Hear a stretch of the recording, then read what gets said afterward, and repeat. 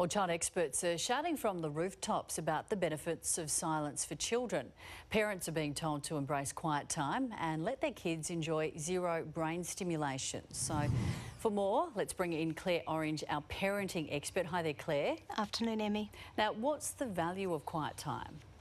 Well, I think there's value of quiet time for all of us, isn't there? I think, we would know as adults when you get into significant overwhelm, too much noise and too many things to do, that you try and find some space to clear your head and get some perspective.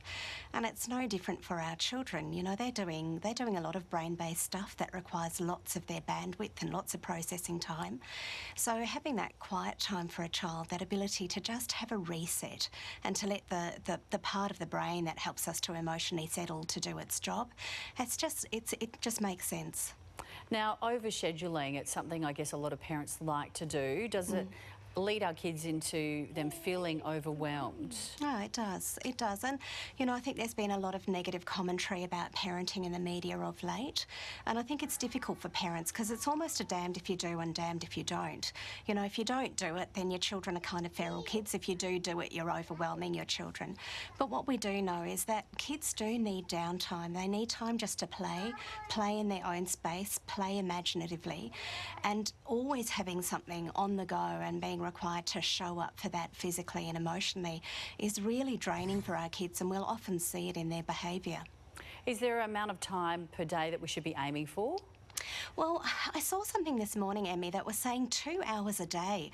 I'm not actually sure that we have a spare 2 hours in the day, but I think if you choose your quiet time wisely, especially with younger children, that's not undoable. We've got toddlers who outgrow sleep time, so keeping that up but getting them to go into their room and having some quiet time over a couple of periods in the day is definitely doable.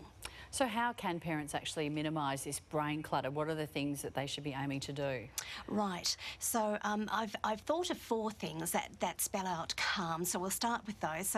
So clear some time. As parents, you've got to actually clear time in your routine to let your children spend that time doing nothing. And it might be just, swinging on a swing and looking into space. That's okay.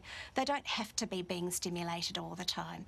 You want to avoid what we talked about before, all of that overscheduling of children, because it's not good for brains. And you also want to leave children to do their own thing, Emmy. We do a lot of taking kids to playgrounds and watching them play and supervising them.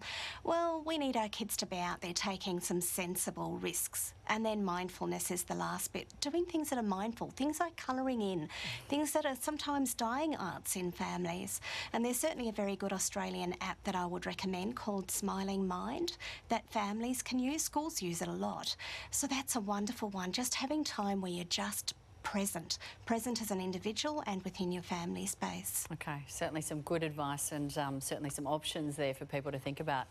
Claire Orange, thanks for joining us here on 9 Live Perth. Thanks, Emmy.